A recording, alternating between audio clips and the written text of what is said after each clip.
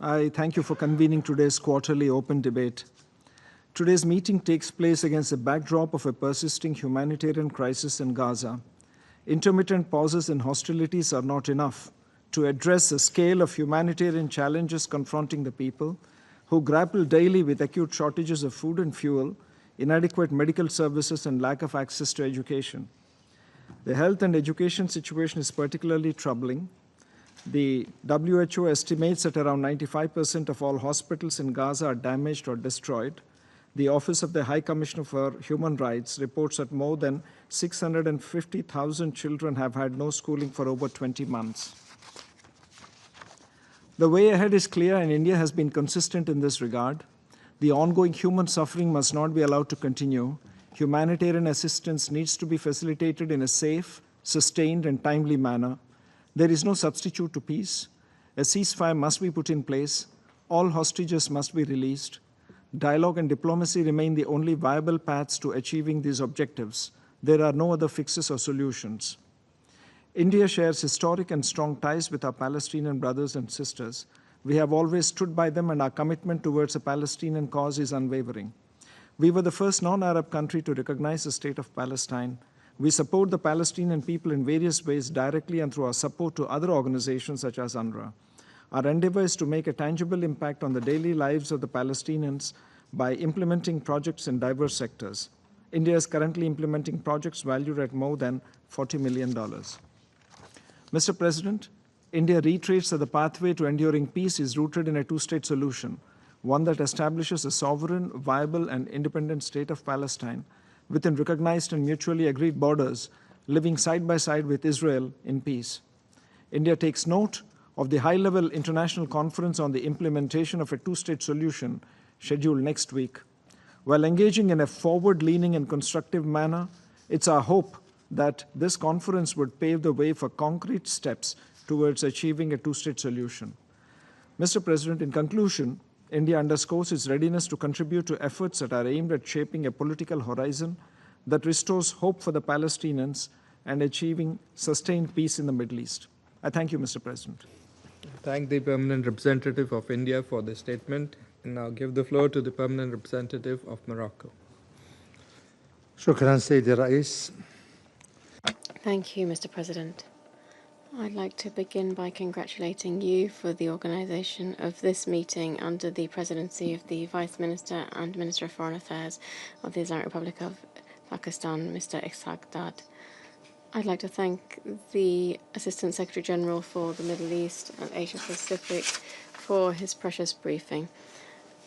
President, Gaza has for 2 years been experiencing unprecedented humanitarian suffering, which is increasingly somber day by day. A terrifying number of victims have died, in the majority of whom are women and children, in addition to the large-scale destruction and the obstruction of entry of food, water, medication, and humanitarian aid in flagrant violation of international humanitarian law and international law. In light of the worrisome situation after the failure of the ceasefire in the Gaza Strip, His Majesty Mohammed VI, may God protect him, launched a call for the 34th summit that was organized in the Sister Republic of Iraq, and his message was that, firstly, the immediate cessation of military activities and the return to the negotiating table to relaunch the truce agreement in order to ensure a final ceasefire agreement. Secondly, bringing an end to the Israeli military aggression against the West Bank, particularly the destruction of homes, the expulsion of the inhabitants, and thirdly, guarantee the pursuit of humanitarian aid, particularly medical and food products towards Gaza, and non-obstruction under any pretext. 4, preserve the role of UNRWA and provide it with the necessary support to be able to carry out its mandate as entrusted by the international community for the benefit of civilians. 5, implement a comprehensive roadmap to launch a reconstruction plan adopted by the last extraordinary Arab summit in Cairo prevent the expulsion of inhabitants under the administration of the Palestinian Authority under Arab and international control, end quote. The Council of the League met on the 22nd of July 2025 and underscored the need to impose the entry of humanitarian convoys and to allow the access of international organizations into Gaza, as well as to guarantee the safety of their personnel so that they can fully carry out their role. Mr. President, the ongoing unilateral Israeli measures in violation of international law in Al-Quds al-Sharif exacerbates conflicts, extremism, and is driving escalation, tension, and violence, which is hampering efforts towards further calm.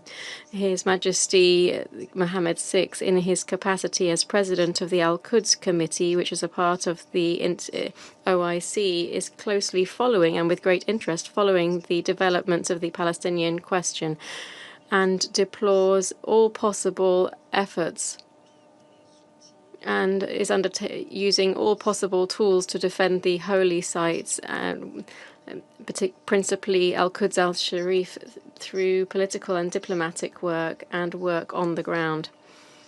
This is being undertaken by the Beit Mal Al-Quds Agency, the section of the Al-Quds Committee that operates on the ground through specific plans and projects to protect the civilizational and holy spirit of the holy city and to improve the living conditions of the inhabitants, to support their resilience and ensure that they can continue to reside in Al-Quds. President, the Kingdom of Morocco submits its unchanged position on the Palestinian question. This is the key to peace and stability in the Middle East in the context of an internationally agreed agreement and for an independent Palestinian state behind the 4th of June 1967 borders with East Jerusalem as its capital, of which the Gaza Strip is an integral part. The Kingdom of Morocco believes that the two-state solution is the very foundation for the achievement of continued stability in the region. Despite a series of crises and challenges, this solution remains the only realistic outlook for the peaceful, comprehensive settlement of the conflict. The two-state solution is a solution where there are only winners, no losers. Palestinians would acquire their freedom and dignity and independence, and Israelis would guarantee their security, stability, and the entire region would garner promising opportunities for development and progress.